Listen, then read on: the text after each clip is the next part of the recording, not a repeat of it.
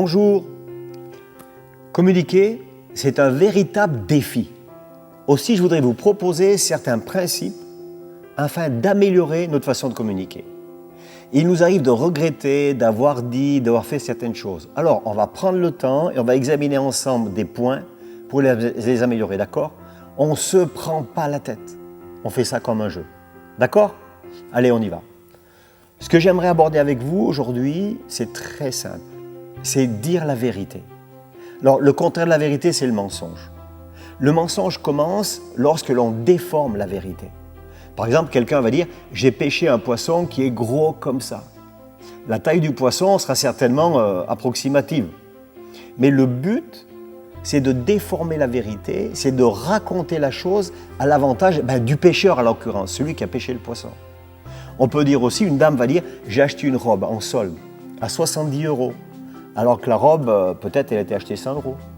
Et là aussi, c'est un mensonge. La vérité, elle est déformée. Finalement, on peut avoir tellement de raisons légitimes qui nous poussent à détourner la vérité.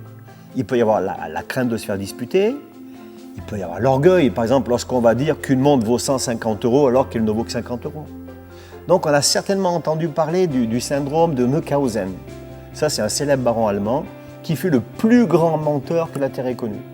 Et il aimait tellement mentir que le mensonge était devenu son style de vie. Mais si le mensonge, cette façon de communiquer, de contourner la vérité, fait partie de votre moyen de communiquer, il est indispensable d'apprendre à parler avec sincérité. Pourquoi? Parce qu'un jour, la vérité, elle va se savoir.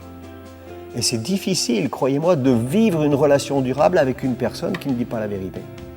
Il vaut mieux avoir le courage de dire ce qui va ou de dire ce qui ne va pas. Et parler dans la vérité, c'est une des bases, écoutez-moi bien, c'est une des bases de la relation. Surtout dans le couple, surtout dans la famille. Donc faisons attention à utiliser les termes appropriés. Pourquoi? Parce que le mensonge va détruire la confiance. Il compromet des relations qui sont saines au départ. Quelqu'un a dit, écoutez, c'est important, le mensonge prend l'ascenseur, la vérité prend l'escalier, mais les deux finissent toujours par se rencontrer. Ça signifie qu'un jour, la vérité et le mensonge se rencontrent. Et là, on est confronté à l'exactitude des faits. Alors, je vous propose là maintenant, on va travailler à ne plus exagérer ou ne plus minimiser, mais simplement de parler en vérité. Dans la Bible, dans Éphésiens 4, verset 25, il dit ceci.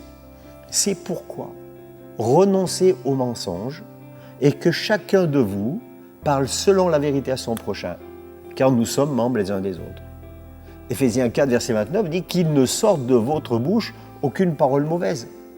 Mais s'il y a lieu, quelques bonnes paroles qui servent à l'édification et qui communiquent une grâce à ceux qui l'entendent. D'accord? Allez, on va passer ce temps-là et puis on parle dans la vérité maintenant. On n'exagère plus, on minimise plus. OK? Et n'oubliez pas, on reste ensemble. Abonnez-vous à notre chaîne YouTube Église Novation Officielle. Très important, vous cliquez sur la petite cloche de notification pour recevoir les alertes lors des prochaines vidéos. À très bientôt, soyez bénis.